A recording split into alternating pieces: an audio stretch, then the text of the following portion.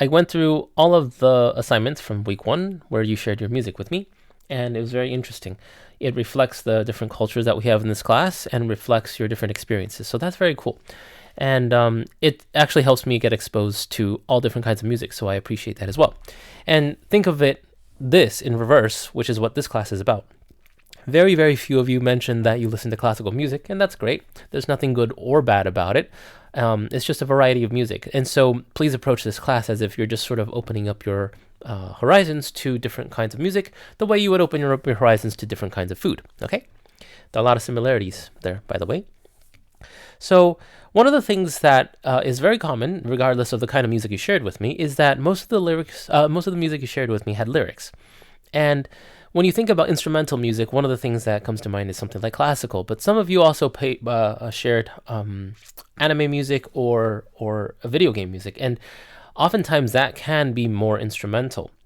And so one of the ideas I want you to keep in mind is that there's an abstractness of music, which is like pure instrumental music. There are no words, there's no language. So the only thing you have to latch onto in the music is the notes and the sounds and the timbres and the colors and the textures that you hear.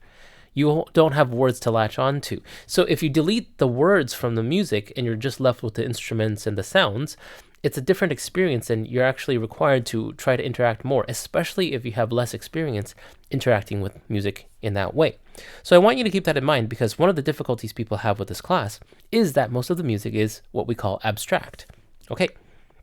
Another way to think about abstract, by the way, is if you look at a painting of a lake, for example. Well, most of us have seen a lake. We know what water is and trees and grass. So you have a sense of what a lake should look like and the mood that it should conjure. But if you have an abstract painting, like, those paintings where it looks like artists just threw paint at the wall, that's harder to understand, and you have to think a little bit. And so that's one of the things that I want you to keep in mind. I'm going to throw a poll as a tiny little extra credit, and I want you to consider this. It does have to do with, let's say, your listening habits, but also it may help you understand how you might want to prepare. So the poll is about your playlists, and the second poll question is about listening to music in the background and the foreground. So the first question about your playlist, I came across this. A lot of you said you have playlists for gym. A lot of you have playlists for driving. A lot of you have playlists for studying. The first time I encountered one of you said you have a playlist for cleaning. So I thought that was cool, because I think it's good to clean your room. I think it's, when I'm folding laundry or things like that, these little household chores, it's nice to have something in the background. So I wanted to know what kind of playlists you guys had, and we'll see what the results are. The second thing is about the background and the foreground thing. So most of us experience music in the background, whether we go grocery shopping or we do something in the background, we're driving, that's in the background. And very seldom is music in the foreground. Okay. So that's, again, one of the more difficult things about this class is some of the pieces of music are difficult, and you will need to listen to music in the foreground so that you stay on top of the material, so that you can identify it within the first 30 seconds. Okay. But anyways, if you haven't watched the other video about tips and misspellings, please go watch that one. Okay. So I wanted to highlight 3 or 4 responses that I got, and just because it reminded me of some general ideas. Okay, so on the top here, these are my statements that I want to make, that I want you to keep in mind throughout the course. So music says something about who you are. And this quote I learned from a cool book by an author named William Deresiewicz. So in that book, he said, these authors and musicians from the past, let's say, know more about you than you know about yourself. So if you look at classic music, not classical, but classic songs from the 80s, the 70s, the 60s, or you even go back even further, music that has hundreds of years of lineage, people still listen to them today, or at the very least, artists still go back and draw from it to inspire them to create new things. And it's because it speaks to them. And so if you imagine a song or a musical pattern or something that was created 500 years ago that an artist today is picking up on, and you are enjoying that kind of thing, there's a lineage between you and 500 years ago, is that whatever that they're trying to express is still relevant to who we are today. So this student wrote this, and it sort of illustrates this point. And a lot, like I said, a number of you also pointed this out, but here we go. So while I do have some outside connections to the song, the main reason I picked it was because I like the way it sounds. I'm going to stop right there for a second. It's okay to say that you don't know why you like a certain piece of music. You just like the way it sounds. That's the cool thing about music, and that's the cool thing about the abstractness of music. It's hard to describe why you like the flavor of certain foods. You just like it. And that's sort of fundamentally on a very deep, let's say unconscious level, it says something about who you are. Let's continue. I can't quite explain why it never gets old.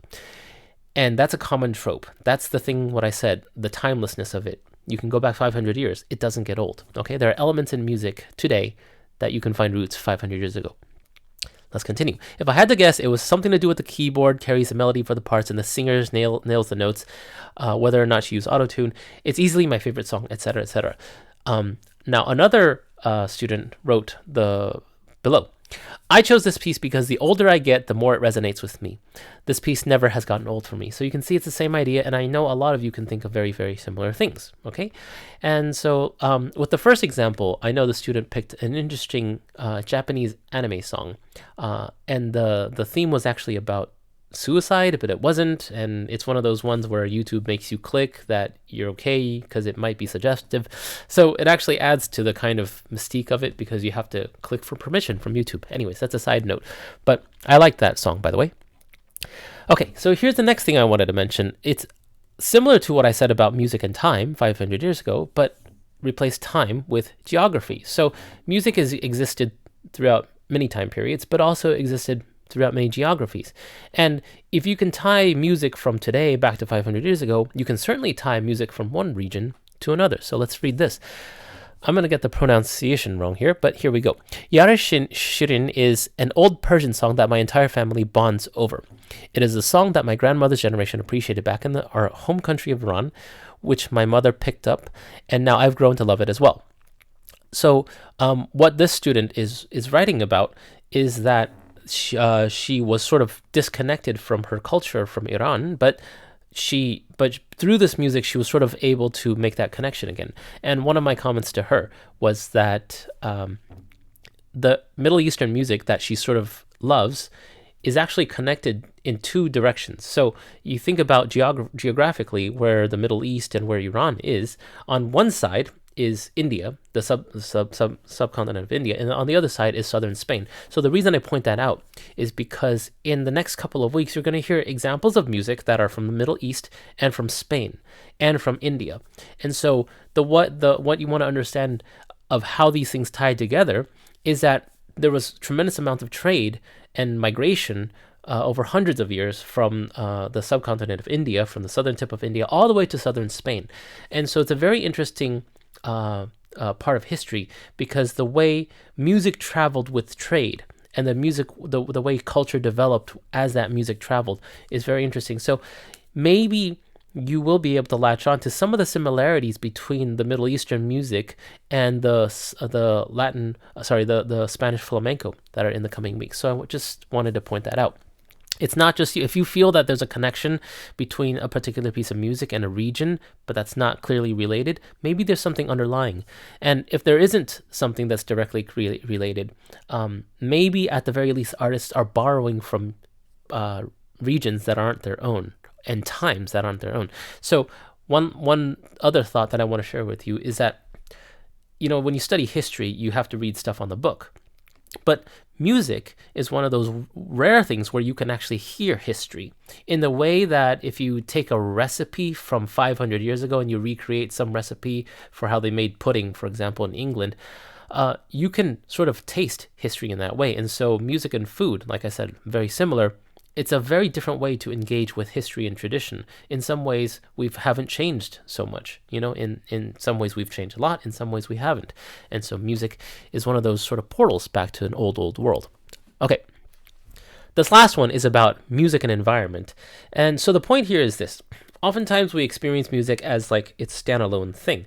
But we often forget, because most of us now listen to music with our earphones in our own little environments in the car and such, that you don't actually participate in an environment with the music unless you're going to a big concert. Okay. So this student wrote this: if I had to choose one piece, it would be the song Asking by Soul King and Raymond. This was the first time I had ever listened to hip hop, etc., etc. And so I'm going to skip over here. It was a late night when we were being picked up from one of my family members, which I had not seen in a long time, 6 years to be exact. We sat in the lobby, and suddenly he came to meet us inside. We walked outside, saw his nice car, fully customized, etc., etc. All right, and I'll hop ahead a little bit more. This highlighted part. But more than just the song, I enjoyed the moments where this song was being played. The late night drives and exciting driving on that trip was what really attached the memories to the song. So I can completely relate to this. Several years ago, when I was invited to perform a concert in the Philippines, my hosts requested that I play some Filipino songs on the guitar as an encore. And so I asked them to send me a couple samples. And the very first time I read through the music, to me, it sounded like Latin American music with a slightly different twist. And of course, when I went to the Philippines and I expressed that to my host, they said, well, obviously, because we were occupied by Spain for 327 years. And I said, well, yeah, that makes that very understandable then.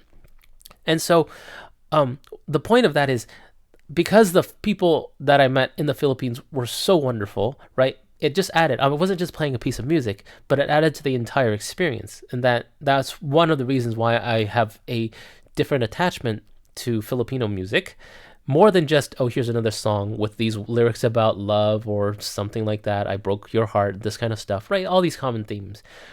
What makes these songs different is the experience that we have with the song, and so now. The side point that I want to make with this is this. If this were a normal class where we all met in the classroom and we listened to the music in the classroom, at the very least, there would be a shared attention to the music in the classroom.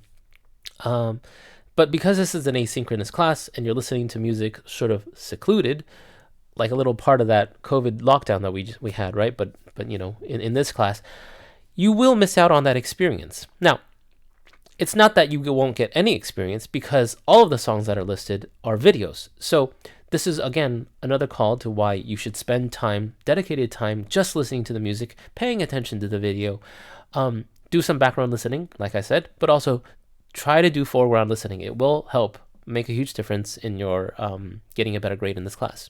Okay, try to immerse yourself in the scenes that are in the music. Even if the scene is just a bunch of musicians playing, at least try to pay attention to what the cameraman is trying to get you to focus on. If it's the violins playing or the trumpets playing, try to associate the sound and the music. Okay, so those are the thoughts. The tiny little extra credit will be with the poll. And again, this is a discussion post, so any comments and questions, leave them in the box.